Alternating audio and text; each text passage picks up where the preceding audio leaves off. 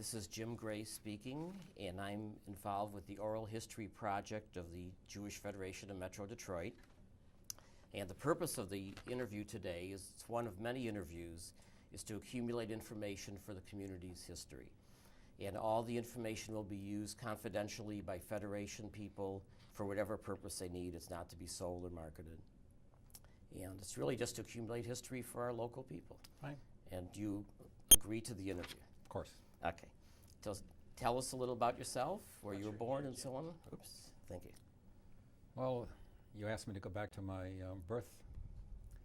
I was born and raised in Poughkeepsie, New York, which is halfway between New York City and Albany, New York on the Hudson River. My dad was a yeshiva booker, came over here, lost his parents early on, and he didn't have enough money to bring my mother over. So he preceded her by 3 years, and when he finally saved up enough money to bring her over, she came over, I think, in about 1909. I was born on August 18th, 1921, which was about 11 years after my mother arrived, and which was just 10 years almost to the day that my brother was born earlier. He was my older brother, and I only had one sibling. I graduated from high school in Poughkeepsie, and I applied to the University of Michigan, and that was my beginnings really with the state of Michigan. And the reason I applied to Michigan, even though I didn't know anybody here, was that I was interested in music, and I was hopeful that I could play in the marching and concert band and the orchestra at Michigan, which had great reputation. So I came with my trumpet in hand in 1939. Would have been about September 1939. Didn't know a soul. And I met Bill Davidson probably in about 1941, and Bill has been a great influence on my course of action that I took over the years, which will become evident as I reveal how our association developed. So I met Bill probably about 1941. And we remained friends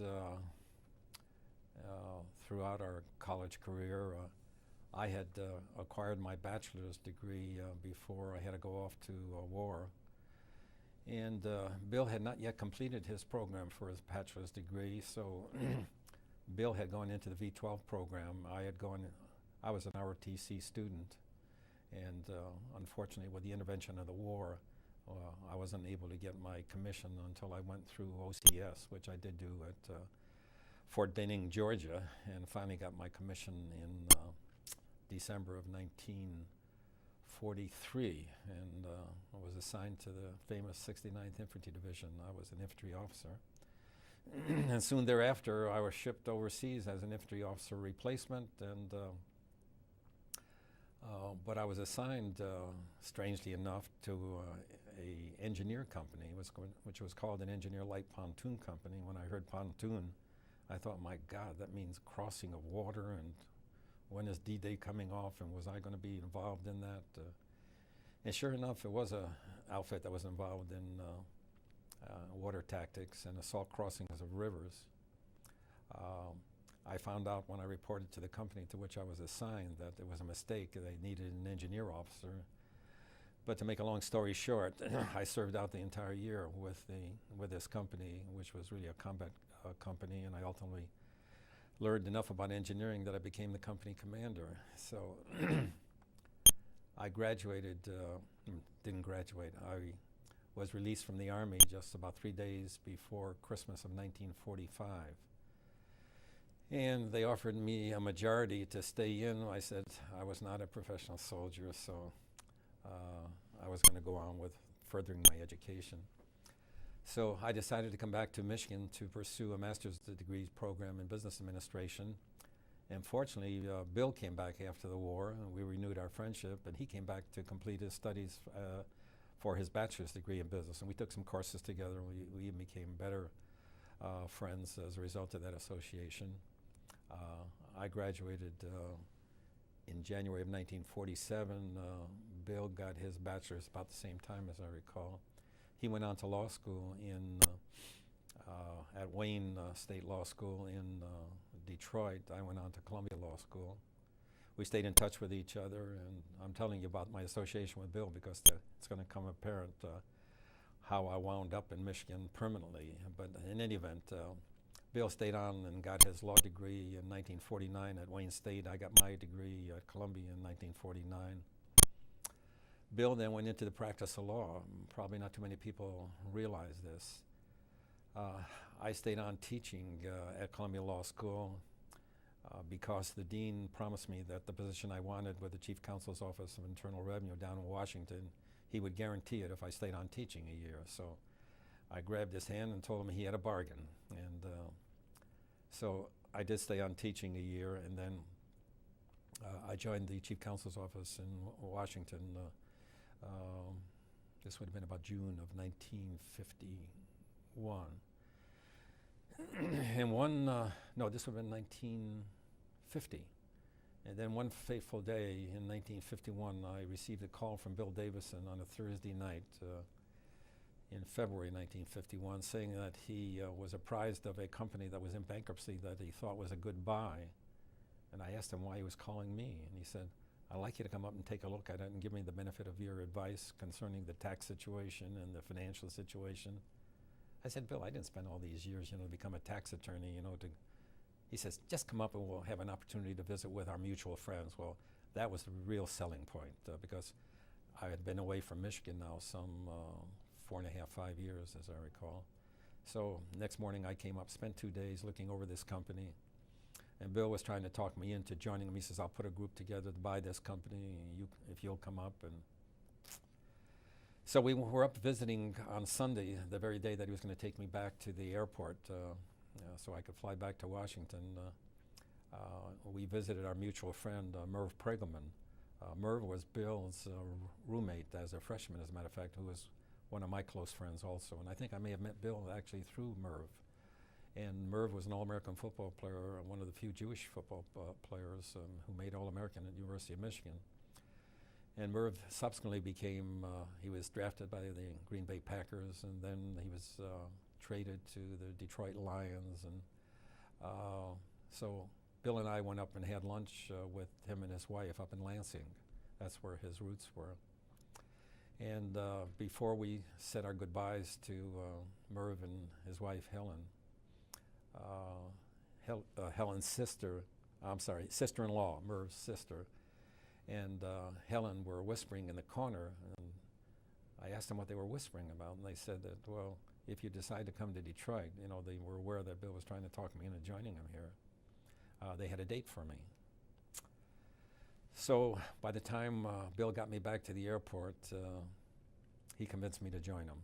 He had a law office established already, and the real selling point to me is that he wanted to put a group together to buy this business, and then when he got on his feet, he figured after a year and a half, 2 years, we would hit the town for the practice of law. And I felt with Bill's family background in the city that it would provide a great entree really into the practice of law and with the kind of clientele that you'd really be looking for. So by the time we got to the airport, I said I was coming. And Bill said, well, look, if we're going to be working so hard after we acquire this business, he says, why don't we take a vacation now? I said, sound good to me. So I said, look, if we're going to take a vacation, let's call our other buddy. His name was Jake Krumholtz. And let's see if Jake, who was also a bachelor, as Bill and I were, see if they would join us also for a vacation. So when we got to the airport, I called Jake, and I said, Jake, you'll never believe this. And he says, what? I said, Bill has talked me into joining him in a business venture here. He says, go on. I said, it's the truth, but that's not the purpose of the call. We're going to take a vacation, and we're leaving next week for Florida. What about joining us? He says, where will I meet you? So Jake joined us, and we had a great week or 10 days, as I recall, down in Florida. And I gave the Chief Counsel's Office notice when I got back to Washington that I gave him 2 weeks' notice that I was leaving the counsel's office and I was going to Detroit. And I arrived in Detroit, I think the first week in March of 1951. And Bill had put the group together, which I was one, to buy this wholesale drug company out of bankruptcy. And he had his law office, and he had hired somebody from the appellate division of the Internal Revenue here in Detroit to keep the office open while we were operating the company. And So I planned actually to spend one day a week in the law office to keep abreast really of the developments in the law, particularly in tax law, which was my field of expertise. And it was just 4 months later, I guess, where I made the telephone call to this young lady that Merv Pregelman's wife and sister said they had a date for me. So I called her. And to make that a long story short, I proposed to her 2 months after we first dated, and I married her 2 months later. And in the meantime, when I first came to Detroit, I had heard that they were looking for somebody to teach tax law at Wayne State Law School, this very school that Bill had graduated from. So I went up there and they hired me on the spot. So I was a part-time teacher at Wayne Law School starting almost immediately. So here I was working 10 hours a day with Bill in this wholesale drug company, teaching law at 8 o'clock in the morning or 6 o'clock in the afternoon, getting married, going on honeymoon, correcting papers, et cetera, et cetera. So, but a year and a half after I arrived here and we had purchased the business, I told Bill that I thought the business was stable, but I didn't feel that his niche was really in the practice of law, and suggested that he disband in his law office and I was going out on my own. So, and that's exactly what I did. And he did disband in his law office. And thereafter, I had decided that I wasn't very happy geographically with Detroit and thought I wanted to leave. And I had made actually an appointment with the chancellor at the University of Denver, who had been the provost of Columbia University and one of my professors at Columbia, to see if I could get an appointment actually to teach in Denver, which was a great climate actually for practice tax law. But before I got on the plane, Dee Dee, my wife's father, who was a practicing lawyer, had a massive heart attack. And I was asked by the family to step in and take over his practice, although it was not my type of a law. But I did that, and as a result of which I never get on the plane to go to Denver. And here I was in Detroit, and I was approached by several firms about joining them in their practice, and I did join one. In the meantime, I was representing Bill in whatever legal affairs that he had, and they started to burgeon, and there were varied interests. And then Guardian Industries, which today is Bill's flagship actually for all of his activities, which at that time was a glass fabricating company. It didn't manufacture original glass, but it did fabricate glass after it purchased the flat glass from other sources. And it behooved the eldest member of the oldest generation of the Wetzman family. Now, Bill Wetzman, who's been very active in the Federation here, it was his father who was the oldest of the Wetzman generation at that time, and it behooved him actually to oversee the business, which was left by Billy Wetzman's uncle and Bill Davidson's uncle, and who had died prematurely, and the business was basically left to the Wetzman family. So in 1956, Billy Wetzman's father, Frank, died. He died in May of '56, and now it behooved Bill Davidson, as the oldest member of the Wetzman clan, his mother was a Wetzman, to now monitor the operations of the Guardian, what was then Guardian Glass Company Incorporated. And as with all of Bill's enterprises, I stepped in with him also, and we found out that it was in very bad financial condition. And it was soon thereafter that we decided that Guardian Glass Company Incorporated had to go into bankruptcy. It was in such bad shape. Well, we were in bankruptcy for about 3.5 years, and I finally worked out a plan of arrangement with the creditors, which permitted us basically to pay them off 5 cents on the dollar. Well, it was 5 cents in cash and another 28 cents based upon a sharing of profits on a 50-50 basis. Can we stop here for a moment? Sure. So after we worked out this plan of arrangement with the creditors of only 33 cents on the dollar, 28 cents of which was going to be paid on an income basis as the company made profits, and then only sharing it on a 50-50 basis. Bill called me at the office one day and said, "Come on, we're going to the bank." And I said, "What for?" He says, "We're going to borrow $1 million from the bank to pay off the creditors 100 cents on the dollar." I said, "You crazy?" He says, "What are you saying?" I said, "Bill, we don't have enough assets in Guardian to warrant $1 million loan from the bank." He says, "I'm going to pledge all of the family wealth." So we made the appointment to go to the bank, and sure enough, personal assets were pledged, and we borrowed the $1 million, and we paid off the creditors 100 cents on the dollar. And it bought us tremendous goodwill with the creditors, because here we basically saved over $700,000. We saved the creditors $700. It cost us an additional over $700,000 by paying them off 100 cents on the dollar rather than 33 cents on the dollar. Well, then Guardian started expanding. New wholesale facilities were established. This was basically through Bill's efforts, but I was involved in the financial end of Guardian with Bill, and whenever we made acquisitions, we always made it together, and we always determined independently of one another what we thought the acquisition was worth, and then we would compare notes, and it was rarely that we were ever too far apart. And in 1968, Bill made the decision that we were going to go public, and he suggested that we put together Guardian Glass Incorporated, which was, again, still a fabricating company, together with a Guardian Photo Company, which was developed, and which I failed to mention earlier, back in 1955. It was a natural adjunct of the business of the wholesale drug company to have a photo development company where people would bring their film for development into a drugstore. And here, with this company that was developed, was then called First ABC Photo Finishing and Supplies. And our chief operating officer was Warren Coville, again, who was one of our stalwart philanthropists, and just honored last week by the Federation for his contribution really to the community, both financially and in terms of his services. So that company was organized in '55 as an adjunct to the wholesale drug company. And then in 1968, when it was decided we were going to go public, we put together the photo company and the glass company and went public. And I think most people know the success really of Guardian Glass, which ultimately became Guardian Industries.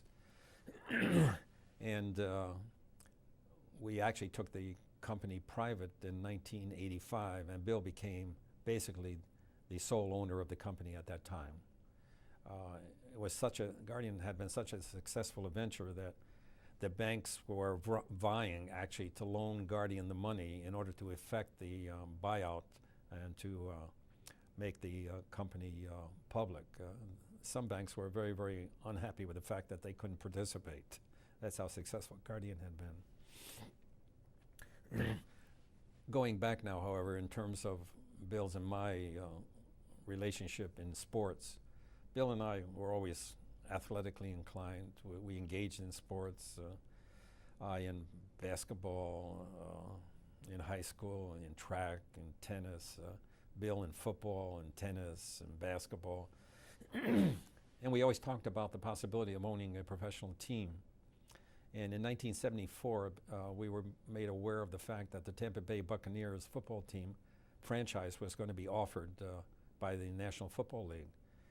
And Bill contacted, I think it was Bill who contacted Schmidt, who had been a player and coach of the Detroit Lions, to be our agent to pursue the possibility of acquiring that franchise.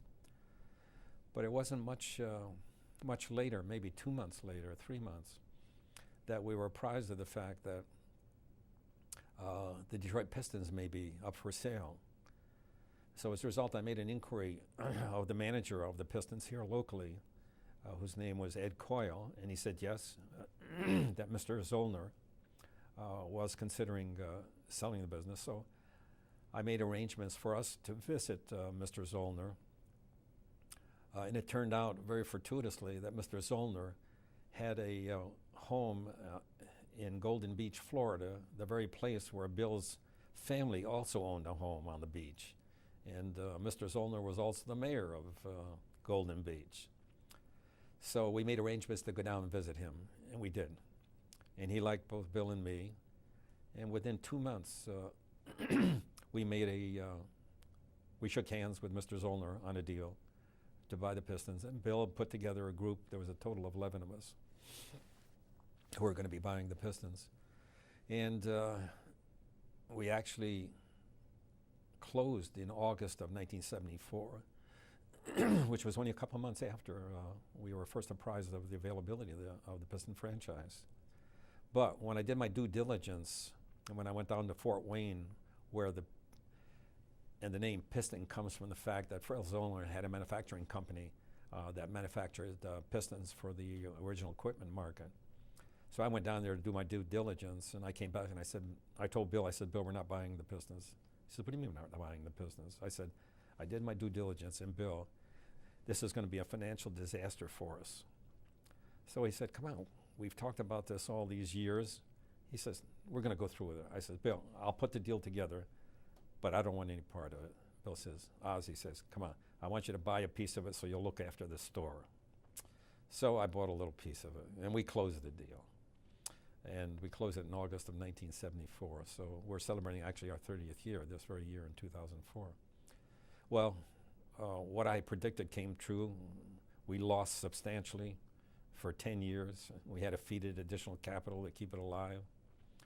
But then it started turning around probably about in the 11th year. And I think everybody's aware of the fact that we then won the championships in 1989 and 1990, which were our two most successful years. And now here we've won another championship just this year, and we're looking forward actually to to further championships. So much for Bill's and my association as partners. Not only was I a partner with the Pistons, but I also became a partner of all the Wetzman grandchildren, and Davidson of which was one. Bill asked me if I wanted to buy into the company back in 1959, and I said I did. And that was a fortuitous circumstance for me. I think everybody knows the success of Guardian Industries. Today it's vying for being the second largest flat glass company in the world. And it came from being just a small fabricating company back when we first entered it in 1956. Of a business that generated revenues perhaps of $1 million, and today its revenues exceed $4 billion. So it's been a great, great success story. Can we take a break again?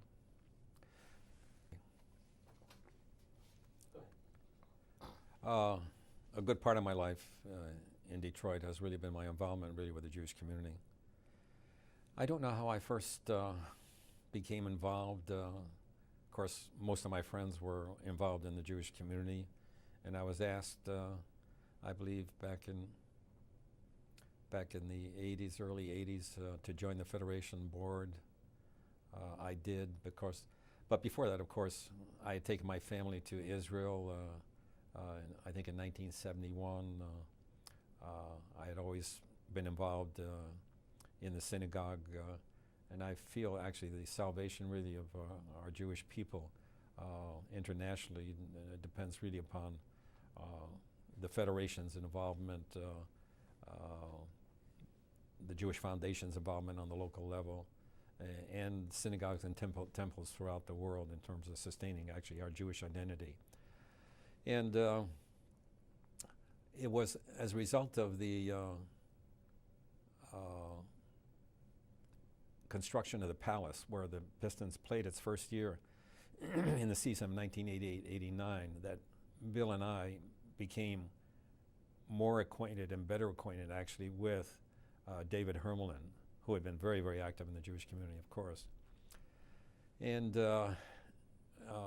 David and Bob Sosnick became active with Bill actually in the construction of the Palace. And as a result of that, I also became very much closer acquainted with David and Doreen, and we became very, very close friends. And I would say that David and Bill has certainly had a great influence on myself and my wife Dee Dee and our family relative to our involvement actually in the Jewish affairs. And knowing David, the more you knew him, the more you knew you were going to be involved. The highlight of our involvement perhaps was when David came to me and said, asked me to be chairman of the drive, the annual drive in 1997, but which starts really in 1996. And I was reluctant to undertake that task. I was busy enough in my practice, and I had been practicing all of these years, by the way, even though I was involved with Bill in all these business operations, but initially, particularly with Guardian, where I had spent maybe upwards of 60 to 70% of my time. As Guardian got larger and it became necessary actually for me to start building a legal staff at Guardian, where we now have upwards of some 10, 11 attorneys with paralegals, which reduced my load and permitted me actually to edge out really of my daily involvement with Guardian. So I was able to spend much more time in my philanthropic activities, which I've done over the past many years. So I was reluctant to accept that chairmanship of that drive, and David says, come on, I'll be co-chair with you. He says, this will be a great year. And you know, he came up with the idea of hiring a private plane where we would have a special mission to Israel really to kick off the campaign. And that's exactly what we did. We hired an MGM plane, and the condition of going on the trip was that you had to pledge a minimum of $100,000. And we went after a lot of people, you know, who even gave joint gifts, you know, among family members. If they gave, for example, if they gave $150,000 between them, they would claim, you know, that they were over the 100. I said, that won't pass for this venture. And if you want to go, it means each individual family has to contribute 100. So we went over on this private trip, on this private plane, and we called it actually the William Davidson Mission, because Bill had underwritten at that point the antiquity dig right to the right of the Western Wall. And that was one of the first dedications that we have in Bill's name at that very mission. Well, it was the most successful mission of all time, and we raised more money. It was under the moon and stars. And it happened to be coinciding actually with my birthday, and everybody got up and said, in addition to their regular pledges that they already made, they were going to give another $5,000, $10,000 in celebration of my birthday. So I was very, very taken by that. So I had been subsequently also very active in missions, and I chaired smaller missions to Israel. I've been to Israel probably in the last 8 years. I've been there probably at least 7 times. I'd gone over several times really in connection with dedications of projects that Bill had undertaken in Israel, not only at the Western Wall, but there was a building that was put up in the name of his children, Marla and Ethan. That's an incredible facility, which incorporates also a video describing the temple days and the characters in which were both dressed in the garb of the temple days and then were transformed into the garb of modern times, where they made the contrast. It was an incredible video that was 2 years in the making.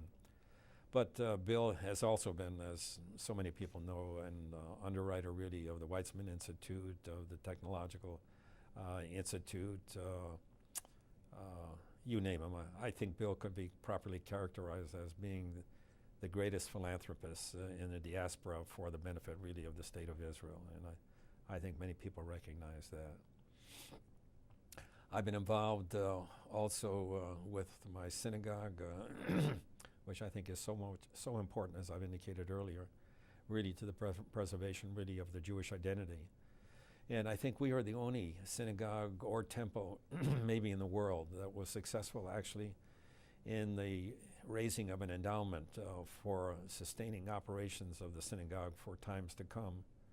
and we raised successfully $10 million, and I acted for several years as chairman of the endowment, and still continue to be involved with the endowment. I've served on many committees of the Federation throughout the years. I still serve on the investment committee, which I have for many, many years.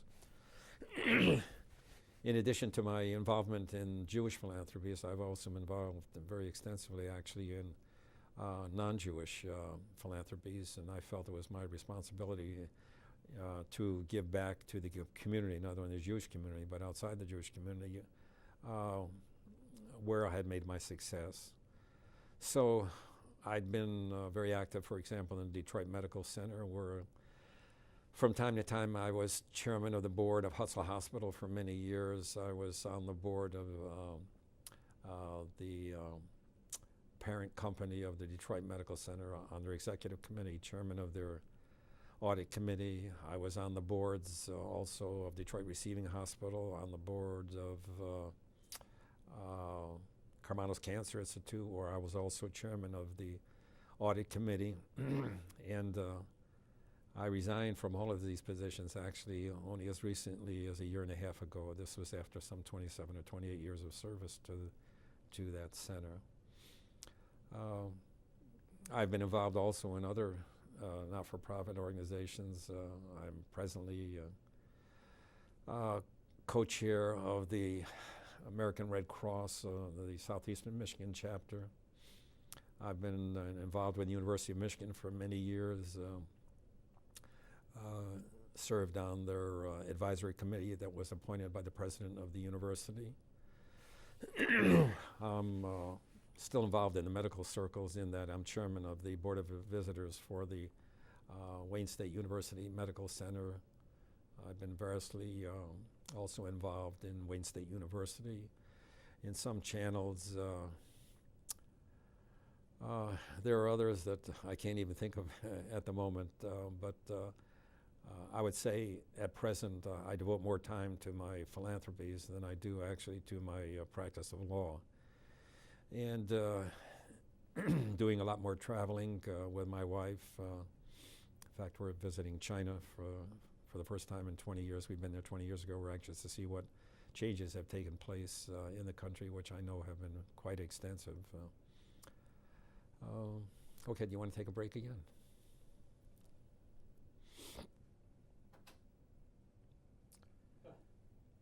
It's been brought to my attention that so many of the people involved in these philanthropic activities, both for the Jewish community and non-Jewish community, are advanced in years. And in my case, I'm going on 83. Very proud of the fact.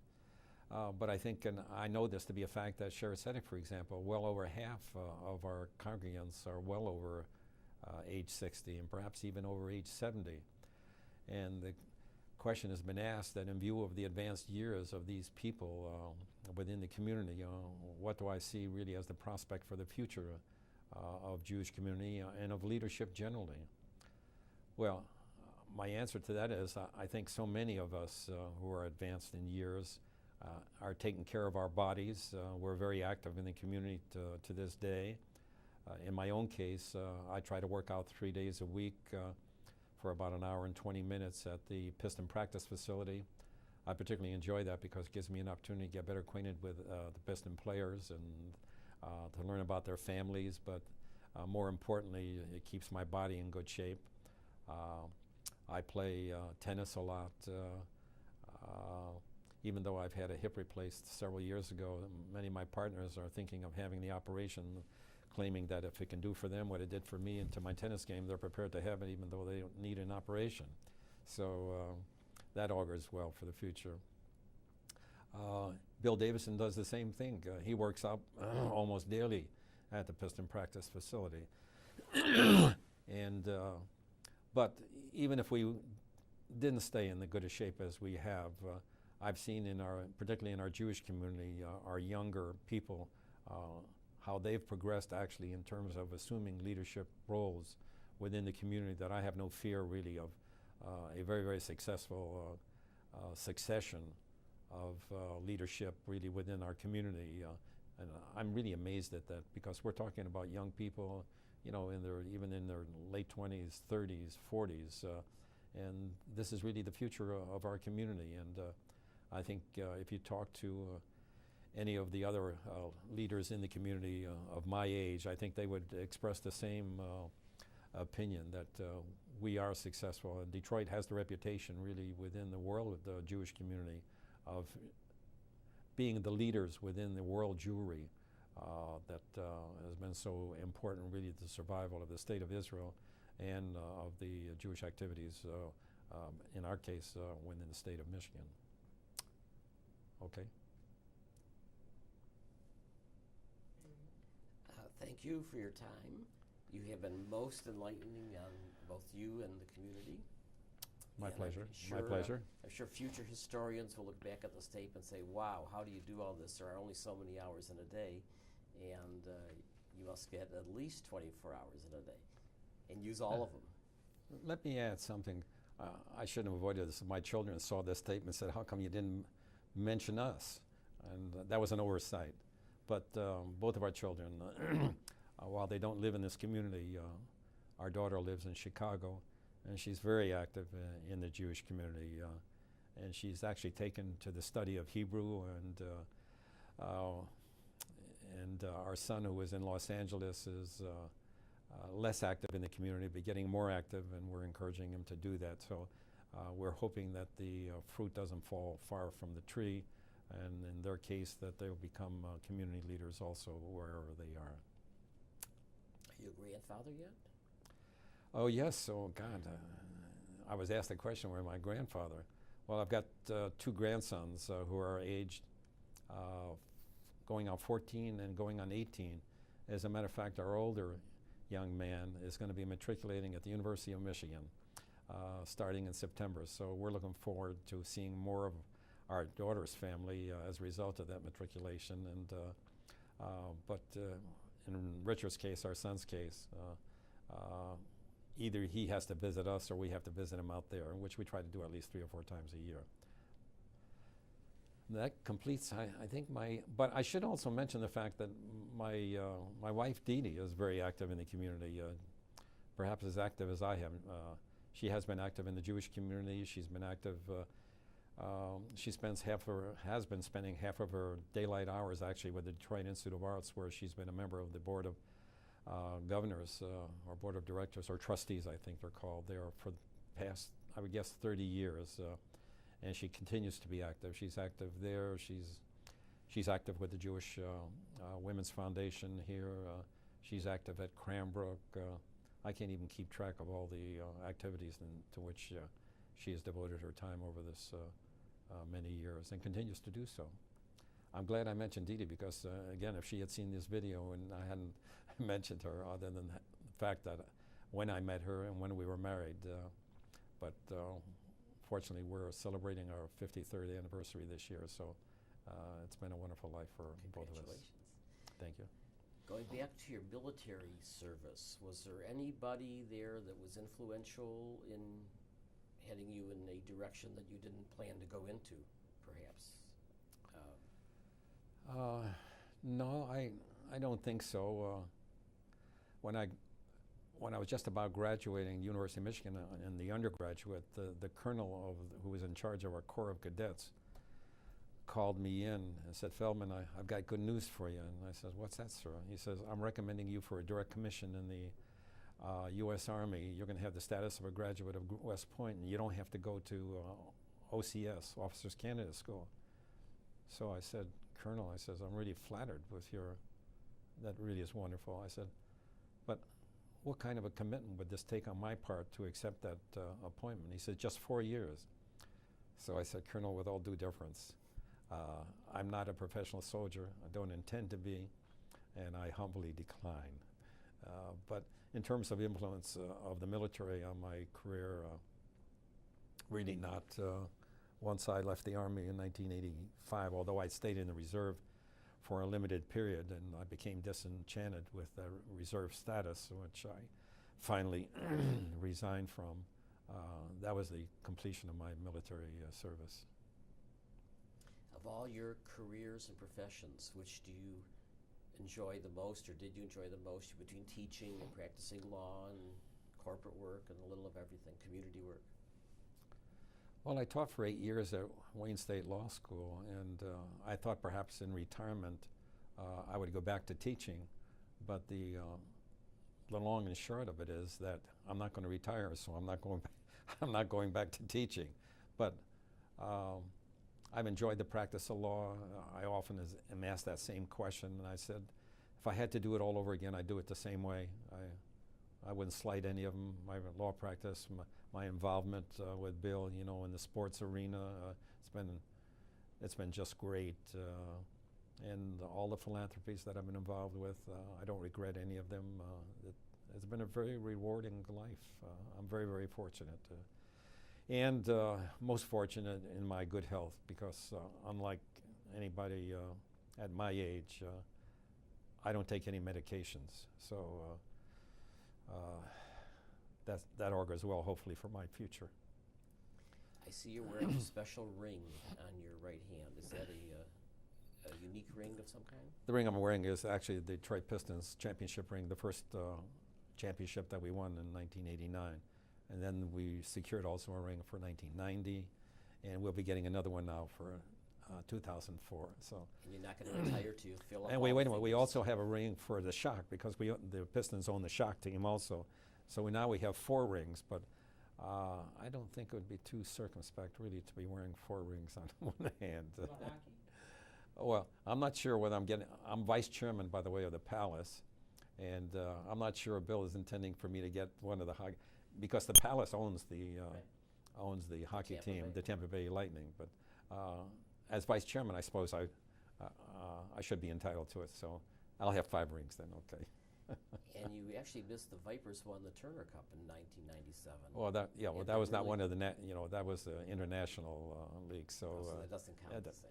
It's not on the same level of play as the the National Hockey League or the NBA. The Palace, they've been advertising, has the #1 attendance of all NBA teams the last 2 years in a row. Correct. And you should be proud of that fact. Very much so. Very much so. And the Palace for events going on during the year, I believe, is amongst the top, or #2 in Madison Square Garden. And isn't that attributable to you and the staff and everyone who?